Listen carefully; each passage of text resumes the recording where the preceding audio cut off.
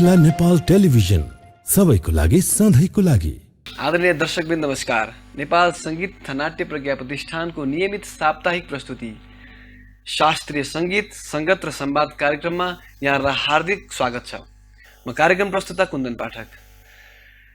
आजको हाम्रो अतिथि कलाकारको रूपमा प्रस्तुत हुनु भइसकेको छ यस स्टुडियोमा नेपालको मूर्धन्य कलाकार, ध्रुपद गायक, आदरणीय श्रद्धेय गुरु पण्डित विष्णु प्रसाद आचार्य। उहाँ विगत 40 वर्षदेखि ध्रुपद गायनमा सक्रिय रूपमा लागिरहनु भएको छ। उहाँले विधिवत रूपमा दरभङ्गा घरानामा रहेर त्यस घरानाका मूर्धन्य कलाकार स्वर्गीय पण्डित विद्युत मल्लिकज्यूसँग 15 वर्षसम्म विधिवत रूपमा गुरुकुल पद्धतिमा रहेर ध्रुपद गायनको शिक्षा हासिल गर्नुभयो। तत्पश्चात उहाँले भारतकै बनारसमा महात्मा गान्धी विश्वविद्यालयबाट आचार्य गर्नुभयो र अहिले भने उहाँ हाल ललितकला क्याम्पसमा ध्रुपद गायनको अध्यापन गर्दै हुनुहुन्छ र त्यस्तै गरी स्वयं आफैले पनि ध्रुपद गायनलाई विधिवत रूपमा सिकाइरहनु भएको छ र त्यसमध्ये म पनि उहाँको एउटा शिष्य पर्दछु। उहाँसँग म पनि अहिले ध्रुपद गायन सिक्ने कोसिस गरिरहेको छु। आउनुहोस् आदरणीय गुरुलाई स्वागत गरौँ। गुरुजी, हजुरलाई हार्दिक स्वागत छ यस कार्यक्रममा। धन्यवाद। सर्वप्रथम सम्पूर्ण मिथिला टेलिभिजन आयोजक लगायत सम्पूर्णमा दर्शक श्रोताबिन्दुमा मेरो हार्दिक नमन छ। यसो अलि ढोग्न चाहिँ अलि मिल्दैन, तानपुरा लिएको हुनाले धेरै रमाइलो पनि लागिरहेको छ। यो संवाद कार्यक्रम मार्फत मेरो आफ्नो केही प्रस्तुति, मेरो केही लागेका केही वक्तव्य हो। यसमा मलाई निमन्त्रण दिनुभएकोमा म मिथिला टेलिभिजनलाई धेरै धेरै र नाट्य प्रज्ञा प्रतिष्ठानलाई पनि धेरै धेरै धन्यवाद दिन चाहन्छु, जो शास्त्रीय सङ्गीतको उत्थानको लागि लागिराख्नु भएको छ र कार्यक्रम सञ्चालन गरिराख्नु भएको छ। यो कार्यक्रम मार्फत मेरो दोस्रो हुनेछ। यसभन्दा पूर्व पनि मैले चाहिँ प्रस्तुति गरिरहेको र त्यस कारणले गर्दाखेरि शास्त्रीय सङ्गीतलाई धेरै टेवा पुर्याउनलाई योगदान गरिराख्नु भएकोमा म धेरै धेरै धन्यवाद दिन चाहन्छु। हजुर गुरु, हजुरले ध्रुपद गायन नै अँगाल्दै आउनुभयो र अहिलेसम्म पनि आजपर्यन्त पनि हजुरले गरिरहनु भएको छ नै। पहिला त बुझौँ ध्रुपद गायन के हो, होइन? अरू गायनभन्दा यो कसरी समान छ अथवा अलग छ? अरू गायनभन्दा ध्रुपद त धेरै नै फरक नै छ। ध्रुव पद दुईवटा मिलेका छन् हेर्नुहोस् है। अरू गायनमा धेरै मिले पनि शास्त्रको रूपमा चाहिँ वेददेखि चाहिँ हाम्रो दर्शनदेखि लिएर वेदान्तदेखि लिएर दर्शनदेखि लिएर यससँग जोडिएको छ, साहित्य जोडिएको छ, वेद दर्शन जोडिएको छ। अब यसमा नजोडिएको केही छ यस्तो छैन जस्तो मलाई लाग्दैन, किनभने ध्रुव भनेको चाहिँ धातु शब्द रूपबाट लिन पर्ने हुन्छ, होइन? ध्रुव धातुहरू भनिन्छ। प्रबन्ध अब यसमा चाहिँ अब पद भनेको वाक्य हो, यसलाई चाहिँ प्रबन्ध, छन्द, यसमा चाहिँ जस्तै हामीहरूले चाहिँ रागदारी राग आलापमा लिन्छौँ। अनि त्यसपछि यसमा चाहिँ हामीले पद गायन गर्छौँ। पद गायन पनि 4 चरणमा हुन्छ। अनि त्यसलाई चाहिँ हामीले विविध लयकारी गरिन्छ। लयकारी किन गरिन्छ? कतिपयहरूले चाहिँ त्यसलाई लयकारीलाई चाहिँ त्यसै नलिएको हुन्छ। तर हामीहरूको चाहिँ गायकी दरभङ्गा घराना अलि भाइले भनि पनि सकियो, दरभङ्गालाई इङ्गित गरिदियो। दरभङ्गामा के छ? दरभङ्गा पहिला बाणीमा चाहिँ ध्रुपदको निहित हुन्थ्यो।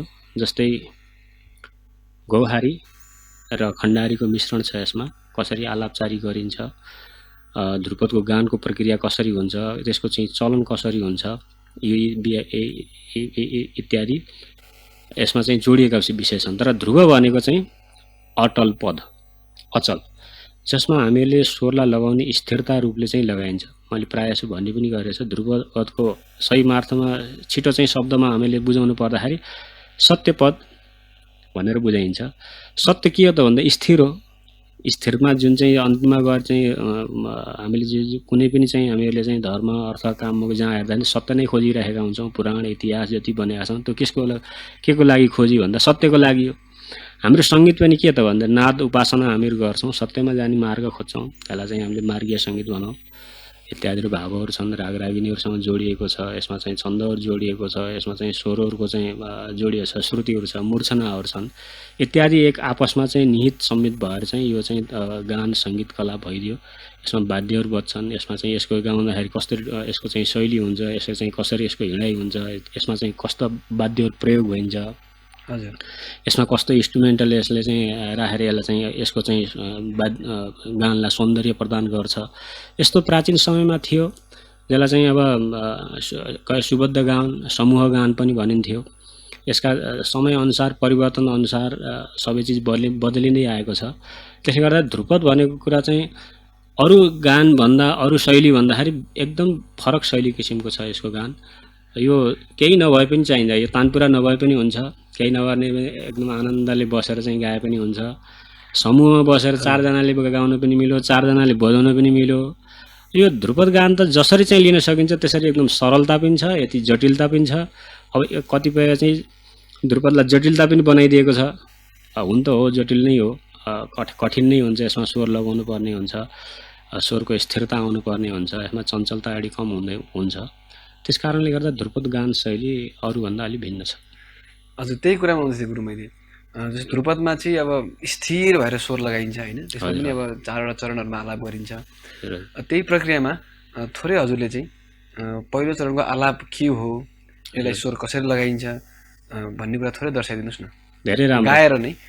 हजुर धेरै राम्रो, किन भन्दाखेरि हामीले ध्रुपद के हो, कसरी कुन चरण हो, स्थायी भनेको के हो होइन, अन्तरा भनेको के हो, सञ्चारी भनेको के हो, आभोग भनेको के हो, हामीले जुन आलाप चारी भन्छौँ, आलाप 4 चरण मिलेर नै आलाप बनेको हुन्छ। जस्तै स्थायीको आलाप कसरी गर्ने, म चाहिँ स्थायीको आलाप गरेर सुनाउँछु। म चाहिँ राग भूप कल्याणमा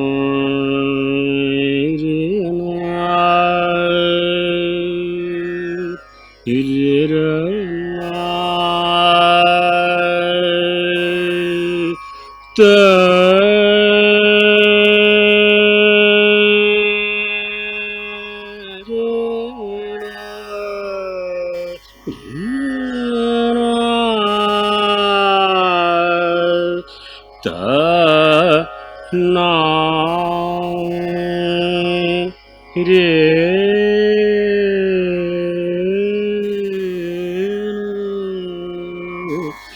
तनो रे रे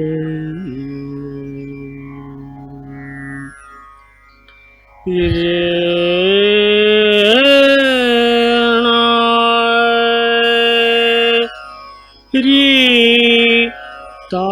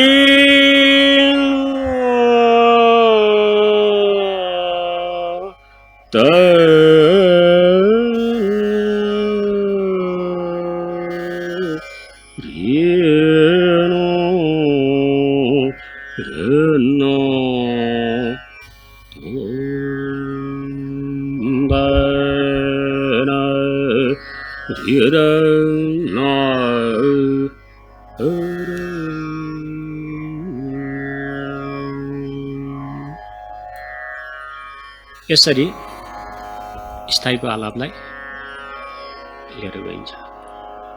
यो आलाप हामीले चाहिँ एकदम स्थिर भएर गऱ्यौँ होइन।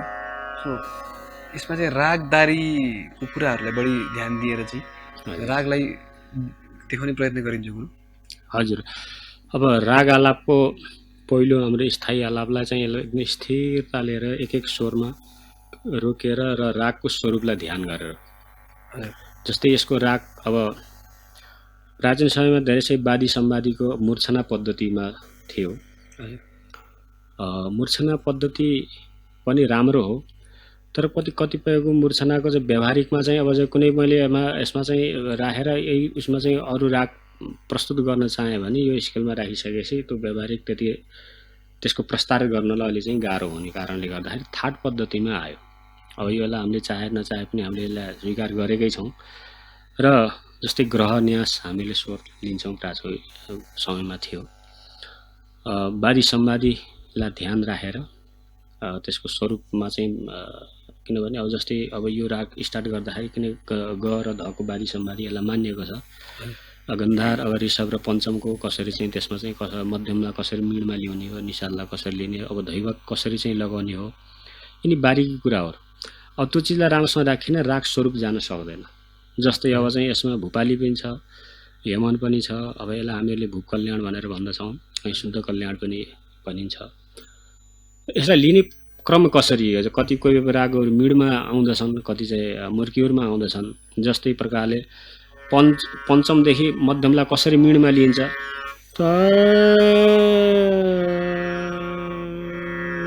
रे रे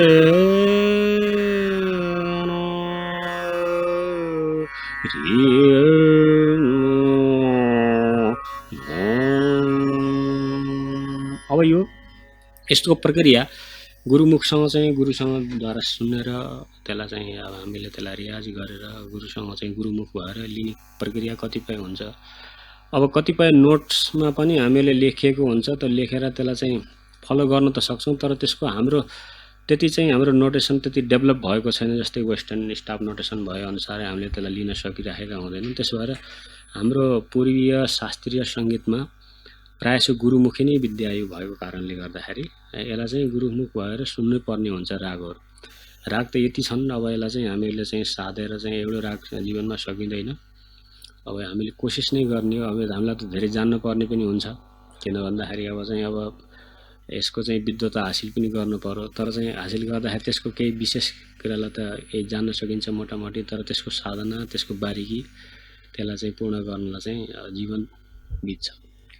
हजुर गुरु। अब दोस्रो चरणको आलापमा जब प्रवेश गरिन्छ हजुर हजुर त्यसको पनि अब एउटा हुन्छ नि थट प्रोसेस भनौँ अथवा त्यसलाई एउटा गर्ने तरिका अथवा शैली हो। यसलाई चाहिँ अब जस्तै स्थायी भनेपछि अन्तरा भनिन्छ नि, अन्तराको रूप। जस्तै हामीले आरो अवरो लिएर जाँदाखेरि जति चाहिँ प्रायः विद्यार्थीलाई सिकाउँछौँ त्यो अन्तरात्मक हो कि, जस्तै आरोहमा सारेगा यसो दुईवटा लिएर जान्छौँ। त्यस्तै प्रक्रियाले त्यसमा चाहिँ पल्टावरको प्रयोग हुन्छ। जस्तै हामी नोमतोमबाट गर्ने गर्दछौँ। जस्तै अब टुङ्गा यसको चाहिँ हामीले न्यास गर्ने पद्धति छ। एउटा चरण सकिसकेपछि त्यसलाई न्यास गर्छौँ।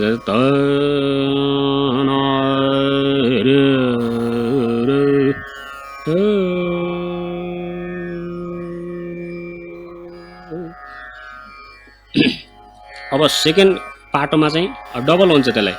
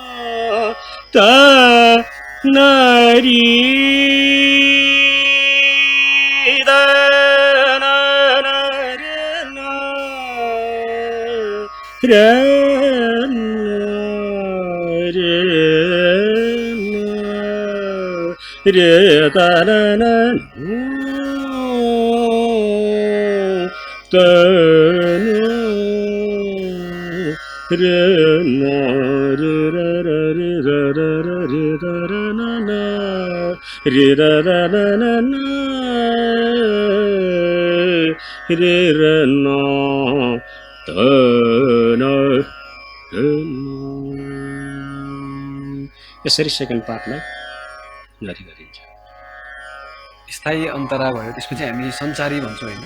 सञ्चारीको पार्ट यसलाई चाहिँ हामीले चाहिँ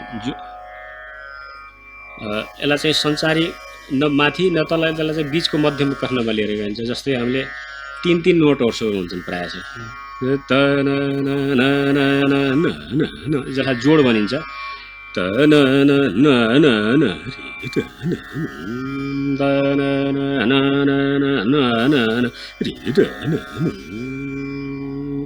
3 अथवा 5 अथवा 7 अथवा 9 अब एउटा यसको प्रकारले लिएर पनि गरिन्छ।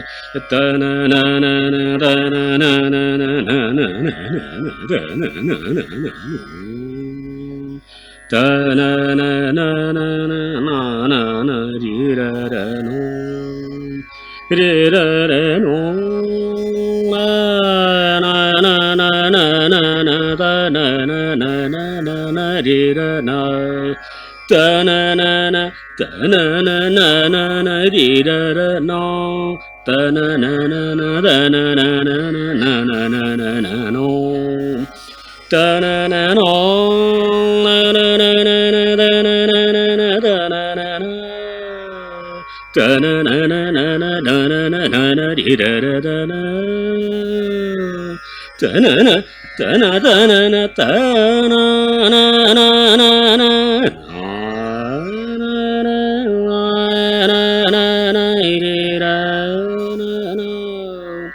ta na na na na na na na na na na na re na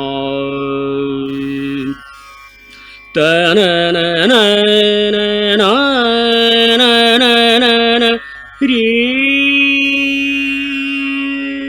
la na na na ta na na ta na na na re re na na na na ta na na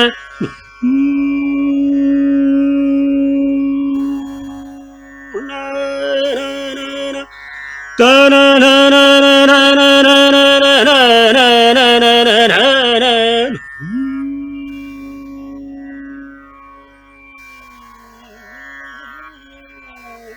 ta re re ra no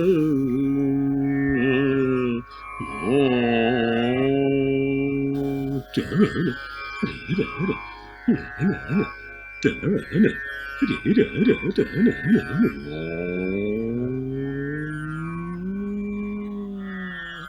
re ta re re re ta re re ta na ri ra ra ta na na na na na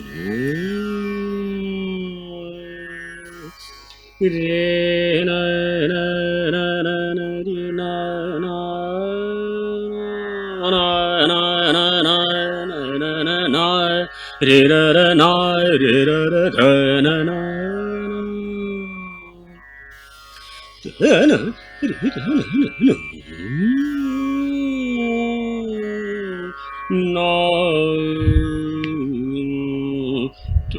no यसलाई जोड सञ्चारी आलाप भनेर भनिन्छ। यसमा गमकको विशेष प्रयोग हुन्छ बढी, जस्तै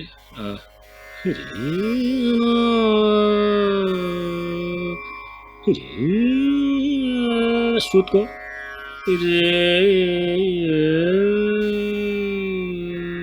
घसिट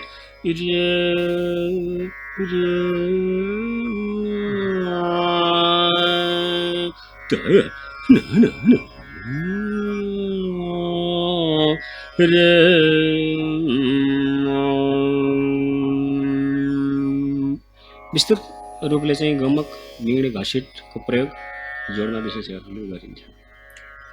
अब कुनै कुनै अब घरानामा चाहिँ दुई चरणको आलापछि सिधै जोड झाला अथवा झालामा जाने चलन पनि देख्छौँ हामी होइन। र विशेष गरी दरभङ्गामा चाहिँ चारै चरणको आलापलाई देखाइन्छ। त्यसको कारण के हो, अथवा पहिला त्यसमा पनि त्यो अरू घरानाहरूमा पनि त्यो कुराहरू थिए, बिस्तारै लोप हुँदै गयो कि? त्यही भएर मैले भन्दछु नि, ध्रुपद अत्यन्त सरल पनि हो, एकदम कठिन पनि हो। सरल केमा हो भने केही नगरे पनि हुन्छ कि, कतिपयले अब लयकारी नगरे पनि हुन्छ, कतिले यसो नगरे हुन्छ, आलापै गरे हुन्छ। त अङ्ग भन्ने सबै चिज अङ्गहरू मिलेर नै सबै बनेको हो। कुनै चिजलाई चाहिँ केही चिज काट्दिउँ अथवा राख्दिउँ भनेर त हुँदैन नि। किनभने मैले दरभङ्गा घराना ग्वालियरसँग रिलेसन छ, गोर्खारी र खण्डार बाणी दुईटा बाणी मिलेर बनेको चाहिँ घराना हो। त्यसमा चाहिँ वीणकारी आलाप प्रयोग हुन्छ। वीणका कसरी चाहिँ वीणामा चाहिँ त्यसलाई वीण घसिट कसरी लिन्छ त, यिनीहरू कुरा हुन्। सैद्धान्तिक रूपमा चाहिँ बहुत एकदम दुईटा बाणी मिलेर बसेको घराना चानेचुने होइन। अब त्यसको चाहिँ प्रकार त्यसको प्रचार नभएको कारणले हो। किनभने हामीले त्यसलाई चाहिँ प्रस्ट्याएको होइन, इन्डियामा भारतमा पनि त्यसलाई चाहिँ त्यसको चाहिँ मूल्याङ्कन गर्न नसकेर जर्मन बाहिरी पश्चिमाले चाहिँ नै त्यसलाई बुझेको हो। कुनै मेरो आफ्नो यथार्थ भनेको कुरा होइन। जब चाहिँ त्यो चिज गान चाहिँ कुनै स्टेजमा गरिसकेपछि अरिजिनल ध्रुपद कहाँ रहेछ भन्ने कुरा चाहिँ जर्मन चाहिँ ठुला प्रकाण्ड विद्वानहरूले नै त्यसलाई चाहिँ यसको पुष्टि गरेको कारण हो। अनि होइन, सबै आफ्नो आफ्नो स्थानमा सबै घराना बाणी अथवा शैली यसलाई चाहिँ हामीहरूले चाहिँ स्वीकार, सबैको आफ्नो आफ्नो साधना छ, सबैले लिएर जानुभएको छ, त्यो राम्रो छ। किनभने सैद्धान्तिक रूपमा चाहिँ हामीले हेर्नु पर्यो अङ्ग हो, आलाप एउटा अङ्ग हो, आलाप सबै होइन। किनभने ध्रुव पद भन्यो नि त, यहाँ चाहिँ कुनै आलाप पद भनेको छैन नि, ध्रुव शैली भनेको छ होइन, सामगान भनेको छ। के हो यसो सामगान, यो ध्रुव, यो छन्द प्रबन्ध भन्नुको अर्थ के हो? हामीले चाहिँ यसलाई बुझ्नु पर्यो, यसलाई सोर्स गर्नु पर्यो होइन। प्रबन्ध हामीले चाहिँ एउटा बन्दिस रूपमा चाहिँ गाउँछौँ भनेपछि छन्द भने हामीले लयकारी गर्ने त्यसै गणितिक रूपमा त गर्दैनौँ, छन्द अन्तर्गत गर्दछौँ, त्यसले बनेर आएको चिज हो। इत्यादिहरू चाहिँ बाँधिएका सबै अङ्ग मिलेर नै पुरा सम्पूर्ण चाहिँ सङ्गीत अथवा ध्रुपद गान सङ्गीतको चाहिँ बनेको कारणले अभिन्न अङ्ग हो होइन। आलाप अङ्ग हो, त्यसपछि तपाईँको राग आलाप, राग त हुँदै भयो, किनभने अब राग त्यसै बनेको होइन, यो त चाहिँ वैज्ञानिक हो। ज्ञान हुनु पर्यो, त्यसै विज्ञान हुनु पर्यो, त्यसै अन्तर बनेको हो नि। अब रागलाई त्यसै अब हामीले प्रायः जसो चाहिँ अब नेपालको विषयमा मैले भन्न चाहेँ, राग रागिनीलाई विशेष प्रायोरिटै दिँदैनौँ। यो राग त यसरी हुन्छ, यसरी गाइदिए यसो हुन्छ भने कस्तो हल्कामा बुझिरहन्छ। राग त्यसै हो, राग त प्रापूर्वकालदेखि चाहिँ यसलाई चाहिँ रिसर्च गरेर त्यसलाई चाहिँ प्रस्ट्याइदिएर 6वटा राग मानिदिएको, त्यसै मानिदिएको ज्ञान विज्ञान भएर नै ऋषिमुनिहरूले, हाम्रा पुर्खाहरूले त्यसलाई रचना गरेको। अहिलेसम्म कति हजारौँ वर्ष भयो, त्यसको चाहिँ अस्तित्व अहिले रहिरहेको छ। हजुर, त्यसो भएको हुनाले यो चिज शास्त्र भन्नुको अर्थ यिनीबाट जोडिएर आएको हुन्छ, न कुनै भारतसँग जोडिएको, न भाइ अफगानिस्तानबाट जोडिएको, न जर्मनबाट जोडिएको, न अमेरिकाबाट जोडिएको। यो सम्पूर्ण व्याप्त छ। यसलाई चाहिँ जस्तो रूप दियो, पानीमा जस्तो रङ राखिदियो त्यस्तै नै हो नि, यो त पानी हो नि। त्यसो भएको हुनाले यो ऋषिमुनिहरूले रिसर्च गरेर यसलाई वैज्ञानिक रूप बनाइदिएर राग 6वटा रागको हाम्रो जुन आविष्कार भयो, त्यसको एउटा चाहिँ मर्म छ। त्यसबाट चाहिँ अनेकौँ अरू रागहरू निर्माण भए। त्यो रागलाई पनि विशेष राग एउटा अभिन्न अङ्ग राग हो, त्यसमा रागमा कसरी चाहिँ त्यसमा चाहिँ स्वरको लिइन्छ, प्रक्रियाहरू लिइन्छ। त्यही भैरव ध्रुपदमा कस्तो हुन्छ, त्यही भैरव भजनमा कस्तो लिइन्छ, त्यसका अनेक भावहरू छन्, आफ्नो आफ्नो भावमा जसरी छ त्यसरी बगेर गएको छ। हजुर गुरु। अब त्यसपछि चौथो चरणको आलापमा जसलाई हामी आभोग पनि भन्छौँ, आभोगान्तर हिसाबले जान्छ। आलाप जस्तै झाला भने जस्तै होइन। अब इन्स्ट्रुमेन्टलमा बढी प्रयोग हुन्छ, हामीहरू भोकलमा पनि यसलाई चाहिँ ध्रुपदमा लिन्छौँ, सबैले गर्नुहुन्छ। यो चाहिँ झाला चाहिँ प्रायः सबैले लिनु नै भएको छ, मैले देखिराखेको छु। अब कतिपय घरानामा चाहिँ सबैले प्रयोग त गर्नुभएको छ, कसैको केही आफ्नो विशेषता हुन्छ, आफ्नो आफ्नो विशेषता प्रस्तुत नै गर्ने हो। अब जस्तै अब हामीहरूले चाहिँ अब यसलाई जुन 4 चरणको आलाप भनेर चाहिँ यसलाई चाहिँ प्रस्तुत गर्छौँ। एकदम 1 2 3 4 1 2 3 4 भनेर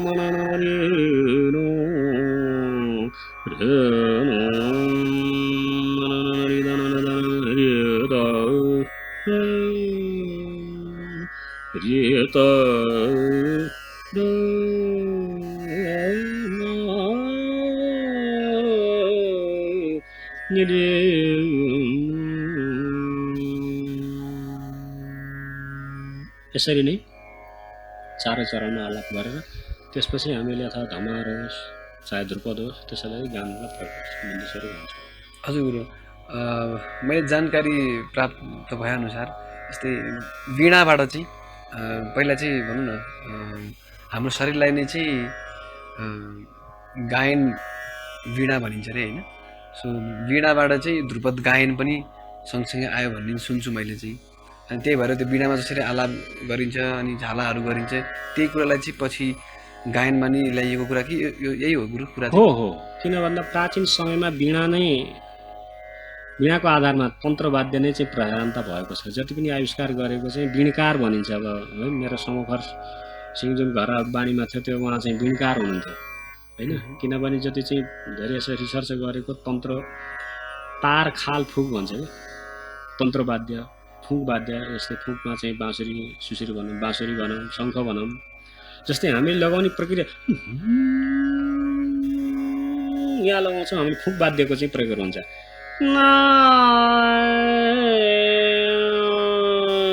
यो मिड प्रयोग गरेको चाहिँ मिडको कार्य मन्त्र स्थान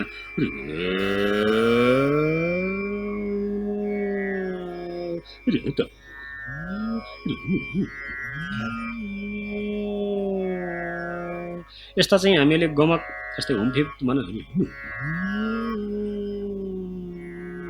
जस्तो तिरी बनिन्छ। तिरी बनेको डमरू यस्तो प्रकारले हुन्छ। अनि गमकहरू धेरै प्रकारका पनि जस्तै डमरू बजेर कसरी बजिन्छ, कसरी हुमफिट गरिन्छ, त्यसलाई कसरी बजिन्छ, कसरी नामित हुन्छ नाभिदेखि आउने त्यो तारसँग चाहिँ वीणासँग चाहिँ रिलेसन सँगै बसेर गाउने प्रकार चलन थियो। अब कालान्तरमा समय परिवर्तनशील हुन्छ। अब सबैमा एक समूहमा चाहिँ हुन सकेन। अब राजनीतिक राज्य व्यवस्थाले पनि धेरै प्रभाव पार्छ। किनभने कुनै समयका राजाहरू चाहिँ अलिक प्रेमी सङ्गीत थिए, उनीले सङ्गीतलाई राम्रो चाहिँ सञ्जय लिएर गए। कुनै समयमा चाहिँ अब राजाहरू महाराजाको पहिला समय जुन थियो त्यतिखेर सङ्गीतलाई रसातल पुर्याउने पनि त्यस्ता आइदिए। त्यसले गर्दाखेरि मतलब सङ्गीतको चाहिँ उतार चढाव रहिरहेको छ। अहिले यहाँसम्म आउने बेलासम्म पनि यो अब अहिले पनि हामीले चाहिँ धेरै जसो चाहिँ लोकगीतमा आधुनिक सङ्गीतमा प्रायः जसो देख्न सक्छौँ। अहिले विशेष गरेर लोकसङ्गीतमा मादल बाँसुरी सारङ्गी समयमा भएर चाहिँ प्रस्तुति भएको छ। धेरै जसो त्यसले चाहिँ श्रोतामा जान गइरहेको छ। हाम्रो भएका चिज अब छँदा छैनन्, भएका पनि एउटा समूहमा छैन। त्यसले कारणले गर्दाखेरि समूह भएन दैलो हुने हो। यो त एकाङ्की हो। एकाङ्की भएर हामी त अब राम्रो त हो तर एकाङ्की भयो। एक ठाउँमा बस्यो साधना गऱ्यो भनौँ, रियाज गऱ्यो भनौँ, तर चाहिँ हामीहरूले चाहिँ अब श्रोताहरूसँग पुग्नु, श्रोताहरूलाई कसरी लिन्छ भन्ने प्रक्रियामा हामीहरू चाहिँ गइदिएन। हामी एकाङ्क प्रक्रियामा शास्त्रीयवाला गयौँ। त्यसले गर्दाखेरि अब शास्त्रीय के गर्छ भने अब रियाजै गर्नुपर्छ। रियाजै मात्रै गरेर त होइन, समूहमा जानु पर्यो, श्रोता बनाउनु पर्यो, श्रोताहरूलाई चाहिँ जगाउनु पर्यो कसरी चाहिँ राम्रो हुन्छ भन्ने। अब यही ध्रुपदमा भनौँ न तानपुरा लिएर गाउनुपर्छ। अरू केही राख्यो भने कतिपय आलोचना यो हुन्छ कि फलानाले त ल हार्मोनियम राख्यो, फलानाले त तबला राख्यो, यो ढिस्कानु भने यिनी कुरा समयअनुसार परिवर्तनशील हुन्छ नि त, परिवर्तनमा जानुपर्ने हुन्छ। त्यसो हुँदाखेरि हाम्रो चाहिँ कतिपय सोचाइ पुरानो सोचाइलाई पनि अलिकता चाहिँ परिवर्तन गर्नुपर्छ भन्ने मेरो धारणा छ। त्यो समयअनुसार परिमार्जित हुनुपर्छ। हजुर गुरु अब यही रागमा भूप कल्याणमै हामी एउटा भूप कल्याणमा एउटा धमार छ। हजुर म सुनाउने कोसिस गर्छु। अब यो यहाँ अब अनुकूल त्यति अब वाद्यसँग हुन सक्ने भएन। यो फागु यो होलीसँग सम्बन्धित हो। धमार प्रस्तुत गर्न गएको छु।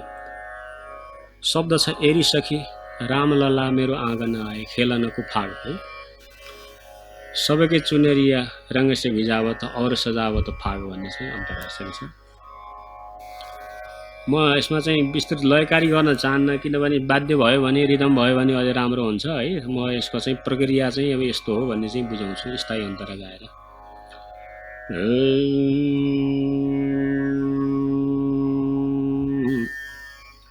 एरी सखी राम लला मेरे आंगन एरी सखी राम लला मेरे आंगन आए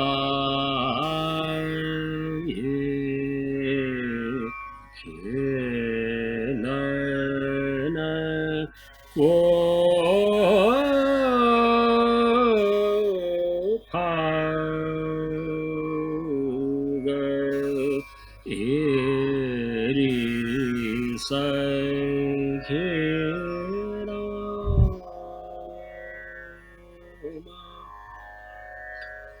लला मेरे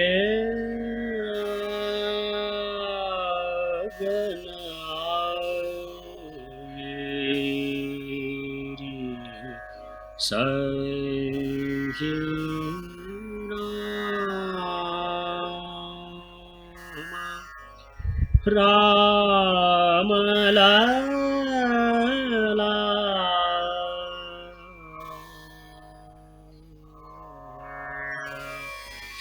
सब के चुनरी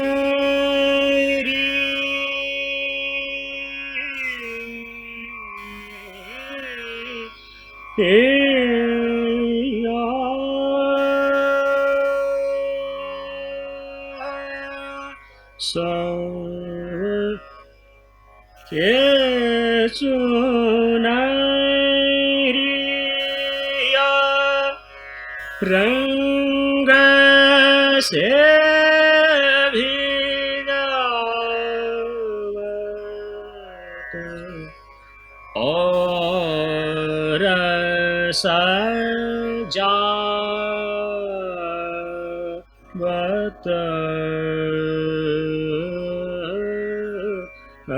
फाग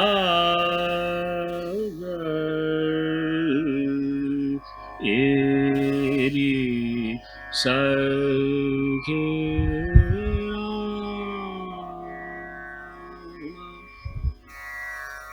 राम लला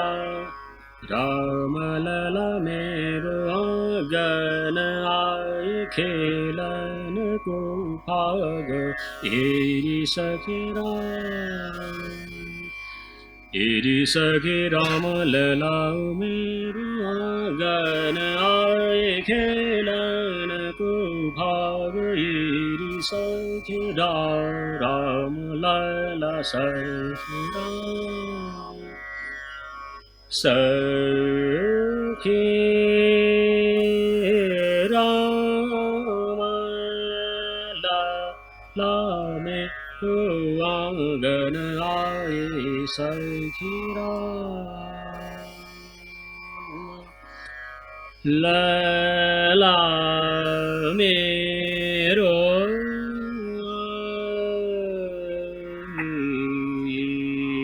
एरी सखेरा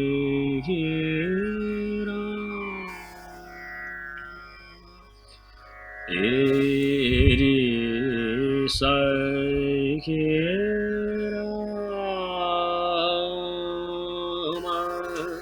एरी सखेरा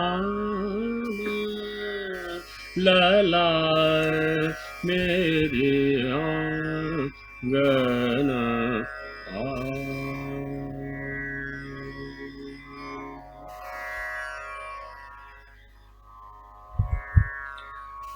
यसरी मैले छोटकरीमा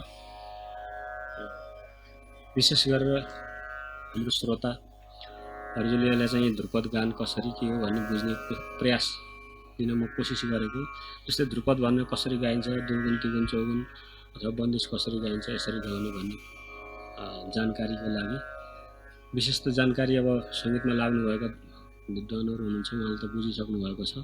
र विशेष गरेर मध्यम एकदम चाहिँ भर्खर सिक्दै हुनुहुन्छ कतिपय सङ्गीत, उहाँहरूलाई चाहिँ ध्रुपदको ज्ञानको लागि पनि म दिने प्रयास गरिरहेको छु। ध्रुपदलाई चाहिँ सम्पूर्ण गायकी भनिन्छ होइन, यसमा चाहिँ सङ्गीतको हरेक पक्षलाई चाहिँ समेटेको मानिन्छ। जसमा अब आलापचारीमा स्थिर भएर आलाप लगाउने, त्यस्तै गरेर अब यसमा मिडको प्रयोग पनि छ, गमकको प्रयोग पनि छ।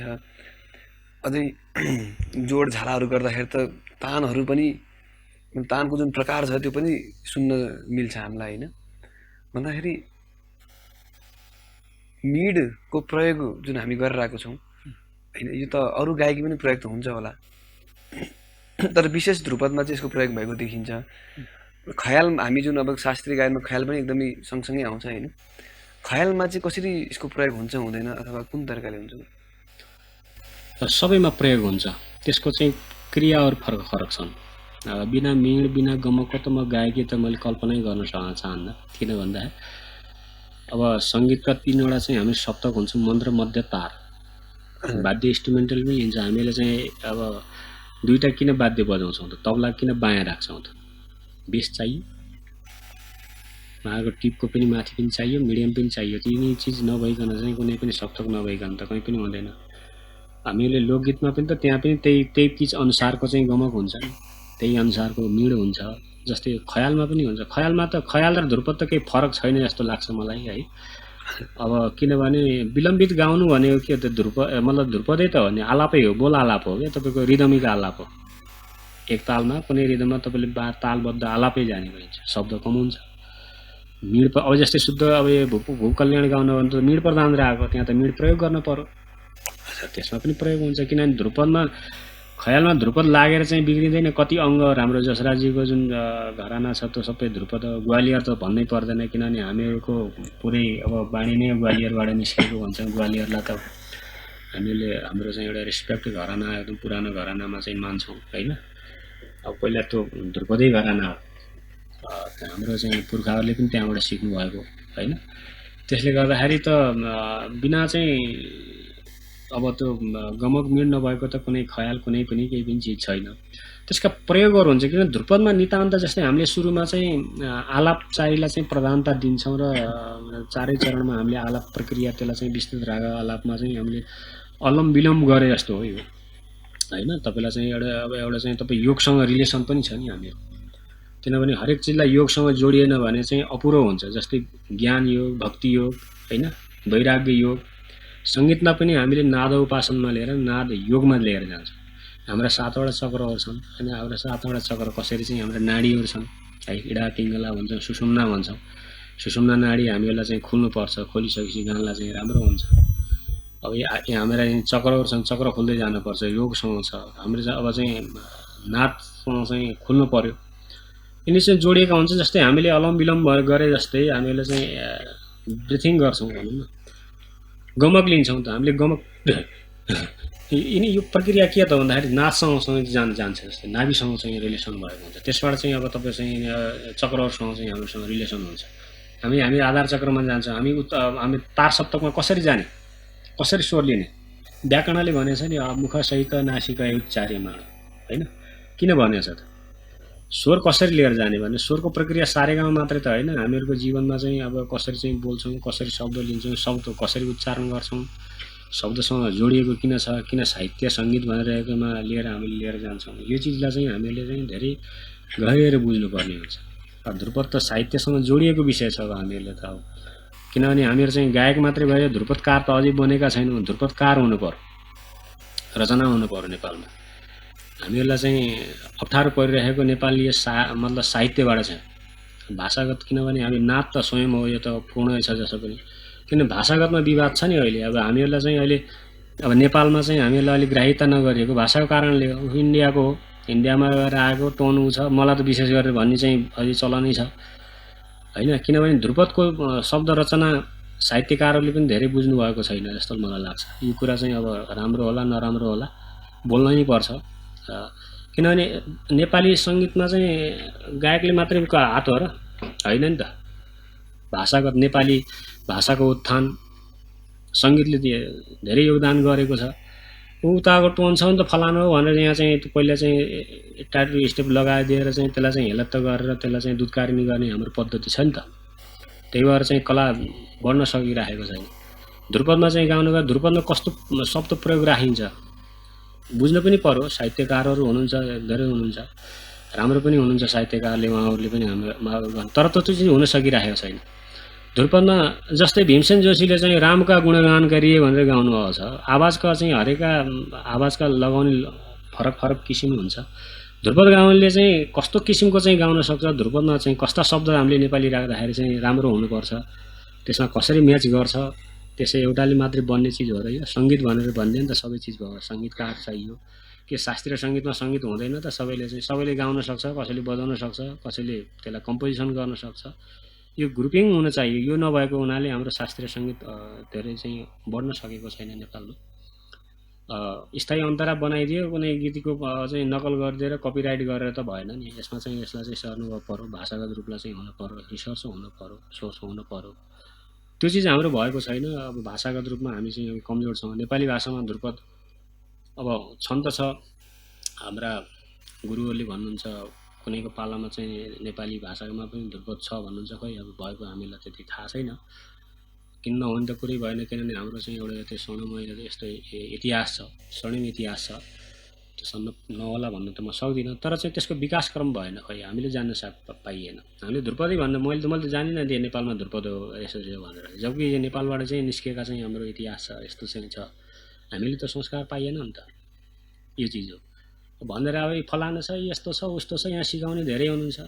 फलाना यसो गर्नुपर्छ, उसो गर्नुपर्छ, धेरै सिकाउने त हुनुहुन्छ। तर कसरी हो के हो भन्ने कुरा चाहिँ मार्गदर्शन गर्ने त छैन। अब जसरी दुःख सुख गरेर जसरी चाहिँ हामीले लिएर त्यही लिएर आएर पनि कसरी निमट्ने हो, कसरी के गर्ने हो भन्ने मात्रै भावना मात्रै भएको छ। अब विचार छ, मन पनि छ, तर चित्त सानो छ। नेपालमा चाहिँ धेरै जसो प्रायमा चित्त एकदम सानो भएको मैले देखिरहेको छु। त्यसलाई बढाउनु पर्ने कसरी होइन। हाम्रो कलाकार शास्त्रीय सङ्गीत अब कतिपय समाजले गठन गर्नुभएको छ, त्यो राजनीतिक रूपमा हुनसक्छ होइन। त्यो राजनीतिक मात्रै गरेर होइन, राजनीतिक उत्थान त हो, हामीलाई पनि थाहा छ। किनभने हरेक चिजलाई चाहिँ राजनीतिक नभइकन गएर हुँदैन। तर चाहिँ सङ्गीत कसरी बढ्नुपर्छ, सानो सानो। अब एक त हामी शास्त्रीय धेरै सीमित ठाउँमा छौँ, सीमित छौँ, धेरै बढेको छैन। त्यसमा पनि हामीहरूमा चाहिँ गुड उपगुड बनाएर चाहिँ हामी हिँडिरहेका छौँ।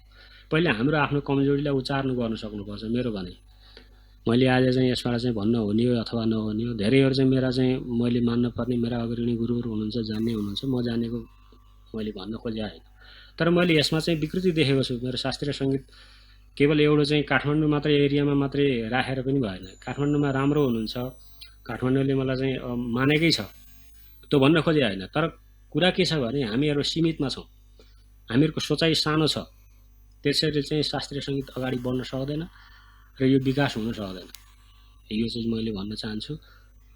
धेरै अग्रणीहरू हुनुहुन्छ, यसमा लागि पर्नु भएको छ, कतिले गर्नुभएको पनि छ। तर त्यति गरेर मात्रै पनि हुँदैन, अरूलाई पनि यसलाई चाहिँ अलिकति फैलाउनु पर्यो, यसलाई चाहिँ अलिकति बढाउन सक्नुपर्ने हुन्छ। यस्ता चिजहरू विकृतिहरू हाम्रो शास्त्रीय सङ्गीतमा पनि छ। यसलाई बढाएर लिएर जानुपर्ने हुन्छ, नयाँ युवाहरूलाई पनि प्रोत्साहन गर्नुपर्ने हुन्छ। राज्यहरूसँग चाहिँ हामी समूह चाहिँ भएर सब एक ठाउँमा बसेर गफ त कोठामा बसेर इन्स्टिट्युटमुखी भएर मात्रै त भएन नि। शास्त्रीय सङ्गीत इन्स्टिट्युटमुखीमा भएन। विश्वविद्यालयमा त के गरेको छ र विश्वविद्यालयले? जागिर दियो होला 2-4जनालाई। त्यसको सर्च हुनु पर्यो, पाठ्यक्रम हुनु पर्यो, लिखित लेखेर राखेर मात्रै त भएन। खै कतिपय कलाकारहरू बस्नुभएको छ, जीवनै यसमा लागिराख्नु भएको छ, सरकारसँग जानेछन्, त्यसको आवाज पुग्न सकिरहेको छैन। त्यसरी चाहिँ विकासक्रम भन्ने कुरा त्यसरी चाहिँ जान सक्दैन र त्यो बढ्न सक्दैन। साधकहरूलाई चिन्न सक्नुपर्ने हुन्छ, त्यो भइरहेको छैन। अनि इत्यादिहरू कुरा छन्। हाम्रा चाहिँ आफ्ना चाहिँ शास्त्रमा लागेका शास्त्रीय सङ्गीतका साधकहरू लागेमा अलिकता चाहिँ हाम्रो आफ्नो पनि कमजोरी छ। त्यसलाई चाहिँ आत्मसात गर्नुपर्छ र त्यसलाई परिमार्जित गरेर लिएर जान सक्नुपर्छ। रह्यो राज्यको कुरा, राज्य त यो चाहिँ यो करप्सन भएको चाहिँ भ्रष्टाचारीको ठाउँ हो। यो चाहिँ कसैले कलाकारले यो चाहिँ हेर्ने कुरा होइन। जहाँ चाहिँ करप्सन भ्रष्टाचार भएको ठाउँमा चाहिँ यो कलाले अगाडि बढाउला, साहित्यले अगाडि बढाउला भन्ने चाहिँ त धेरै यो जटिलताको कुरा हो। यो चाहिँ मेरा प्रखर रूपमा राष्ट्र एकदम भ्रष्ट भएको छ। राष्ट्रमा चाहिँ जति चाहिँ कर्मचारी निकाय होस्, चाहे चाहिँ तपाईँको चाहिँ अब चाहिँ स्थानीय राजनीतिकहरू भयो, यिनीहरूले कसैले चाहिँ यो चाहिँ कलालाई चाहिँ राम्रोसँग बढेर लिएर जाओस् भन्ने कुरा चाहिँ भित्रबाट सोध्दैनन्। आज चाहिँ यसो भयो, बस्छन्, पछि गइसकेपछि वास्तै गर्दैनन्, चिन्दैनन्। त्यसो हुँदाखेरि राज्यमा पहिला चाहिँ नेतृत्व तहमा चाहिँ अलिकता विशेष रूपले चाहिँ सोच्नु पर्यो। भारतमा संविधानमै कलालाई किन समेट्यो? किन चाहिँ जवाहरलाल नेहरूले ओंकारनाथ ठाकुरलाई बस सुन भन्ने किन सक्थे? उनीहरूले एउटा सम्मान त दिन सकेका छन् नि कलाकारलाई। अहिले चाहिँ हेर्नु, भारत रत्न भनेर चाहिँ तपाईँले कतिलाई चाहिँ चिनाउन सक्नुहुन्छ सङ्गीतमा लाग्नुभएको? त्यसलाई चाहिँ प्रोत्साहन गरिएको छ। त्यसलाई राज्यले त्यसलाई चाहिँ कुनै सम्मान दिनु पर्यो नि। विद्वानहरू, कलाकारहरू, साधु सन्त सन्यासी, यो त देशको चाहिँ पहिचान हो नि। उनीहरूलाई सम्मान दिन हामीले दिन के सक्ने हो र? अब सम्मान दिन त सक्छौँ। त्यो बल्ल त्यो चाहिँ तीर्थ हुन्छ, त्यही नै धाम हुन्छ। कहिले बनारस किन जान्छौँ, काशी किन जान्छौँ? काशी चाहिँ गएर शङ्करजीले आएर एकैचोटि राखिदिएको त होइन, त्यहाँ साधना गरे।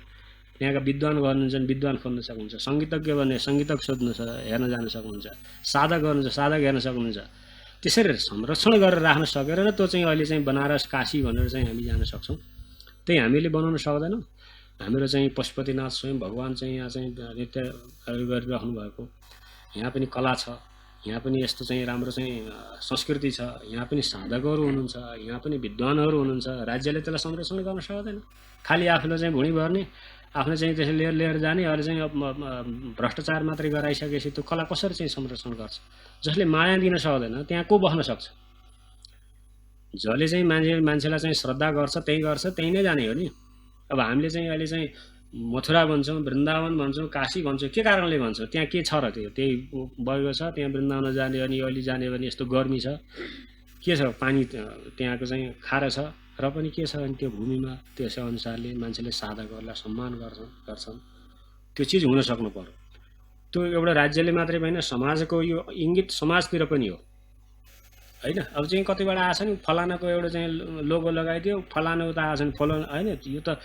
यो कला साहित्य भनेको कुरा त एक ठाउँको त कुरो होइन, जसले गर्यो उसको कुरो, त्यसलाई चाहिँ बढावा दिनुपर्ने हुन्छ। यो भइराखेको छैन समाजमा, यो चाहिँ अहिले हुनुपर्छ भन्ने मेरो मान्यता हो। गुरुले एकदमै महत्त्वपूर्ण कुरा राख्नुभयो। पक्कै पनि सरकारी तौरबाट, सामाजिक स्तरबाट र भन्यो भने कलाकारकै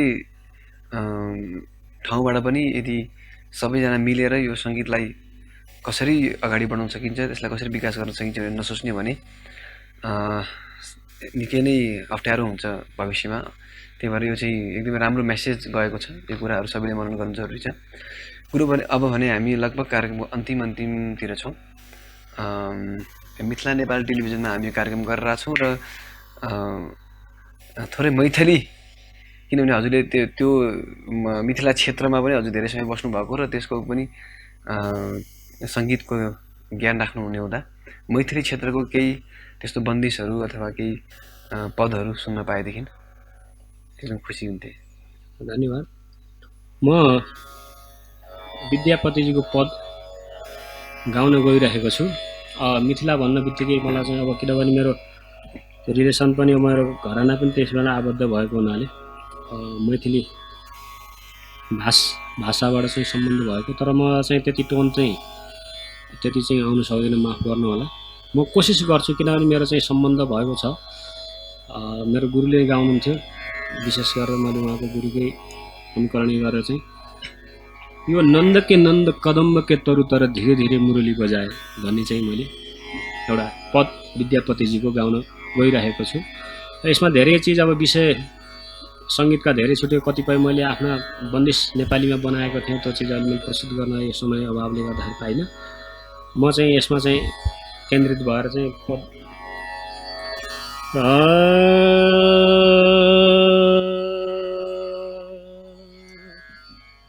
नन्द के नन्द कदम्ब के तरु तर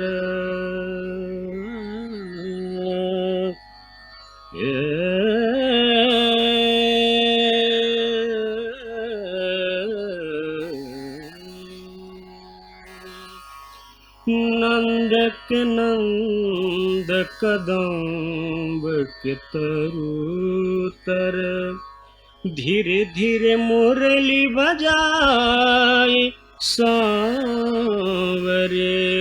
तोरा लागी अनुखन बिकल मुरारी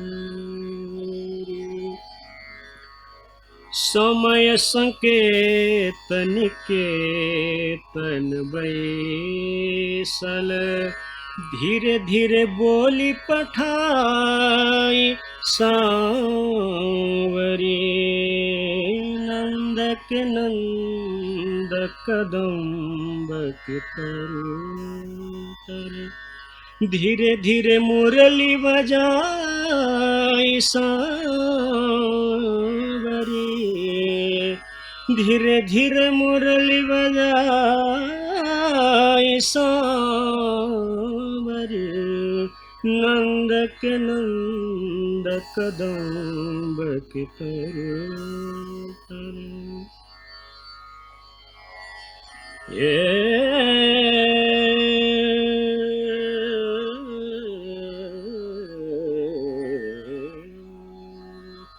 जमुना के तीर उपवन उद्वेगल, यमुना के तीर उपवन उद्वेगल, फिर ततहि निहार सांवरे, फिर ततहि निहार सांवरे, तोरा लगे अनुखन बिकल मुरारी। नंद के नंद कदम्ब के तरु तर, गोरस बेचे अवैत जाइत, गोरस बेचे अवैत जाइत, जनि जनि पुछवनवारी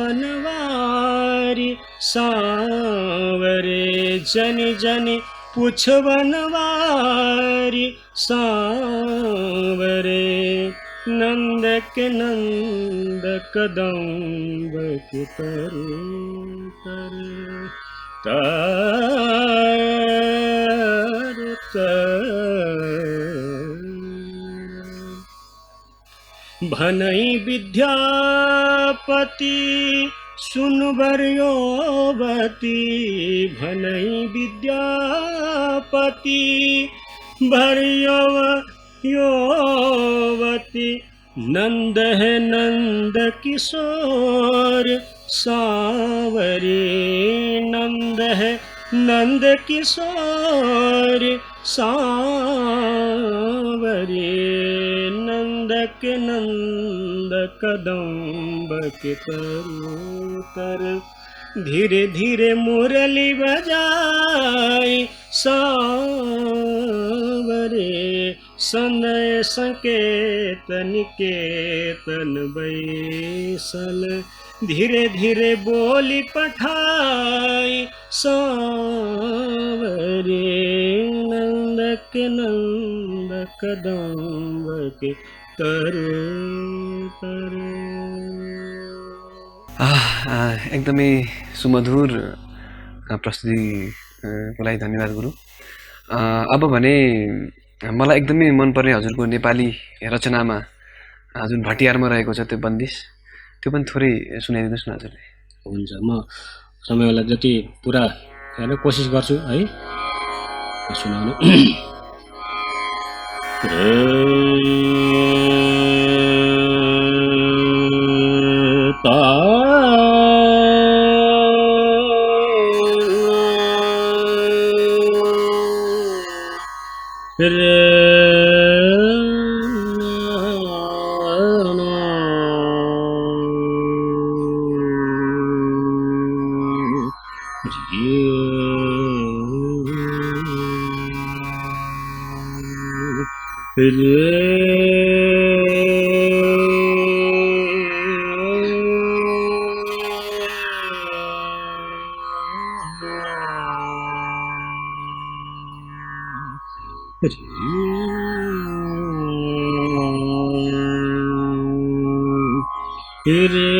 तनना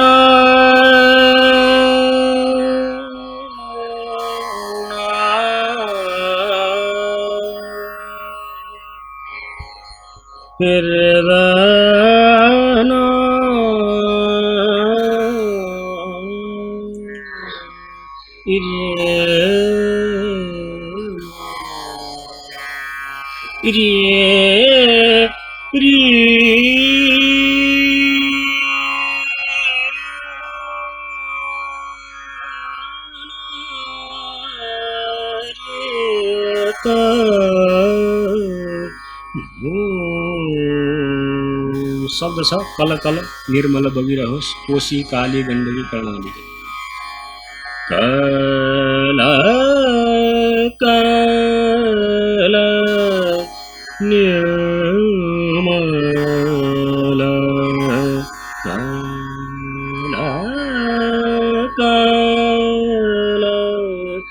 निर्मल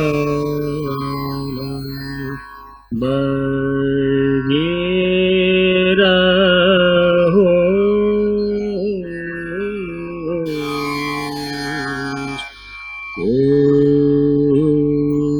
कोशी काली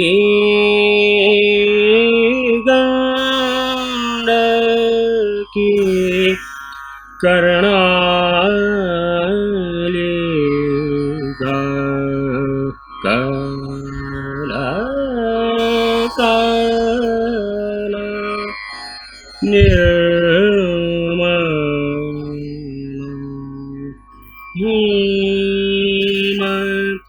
गिरिशैल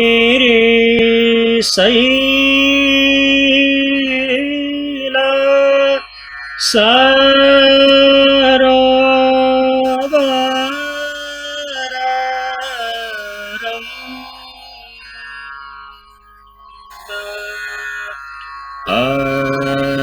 अचल भैरवगे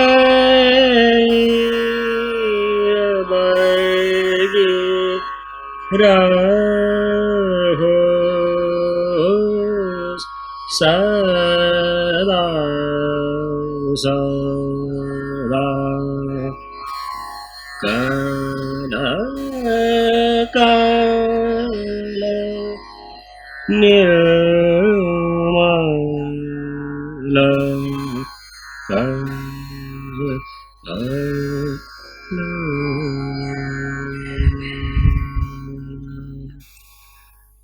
दिव्य दिव्य फेरि पनि गुरुलाई धेरै धेरै धन्यवाद दिँदै आजको लागि हामी हजुरसँग बिदा माग्छौँ र कार्यक्रममा आफ्नो व्यस्त समयको बावजुद पनि आइदिनु भयो र समय दिनुभयो त्यसको लागि सम्पूर्ण बिस्ला नेपाल टेलिभिजन परिवारको तर्फबाट धन्यवाद दिन चाहन्छु र मेरो तर्फदेखि पनि नेपाल मिथिला टेलिभिजन र नाट्य प्रज्ञा प्रतिष्ठानलाई धेरै धेरै धन्यवाद दिन चाहन्छु जो मलाई चाहिँ यसरी चाहिँ अवसर दिनुभएको छ र शास्त्रीय सङ्गीतलाई उत्थानमा धेरै योगदान पुर्याउनु भएको राख्नुभएको छ अगाडि पनि यसरी जाओस् भन्ने चाहिँ मेरो कामना र भाइ उत्तमलाई पनि धेरै आशीर्वाद र सम्पूर्ण टिमलाई मेरो तर्फबाट धेरै धेरै धन्यवाद दिन चाहन्छु थ्याङ्क यू हजुर धन्यवाद दर्शकवृन्द आजको हाम्रो निर्धारित कार्यक्रमको समय सकिसकेको छ अर्को हप्ता फेरि पनि यही समयमा हामी भेट्ने बाचा गर्दै अहिलेको लागि भने हाम्रो सम्पूर्ण युनिटलाई बिदा दिनुहोला हस् नमस्ते धन्यवाद शुभरात्रि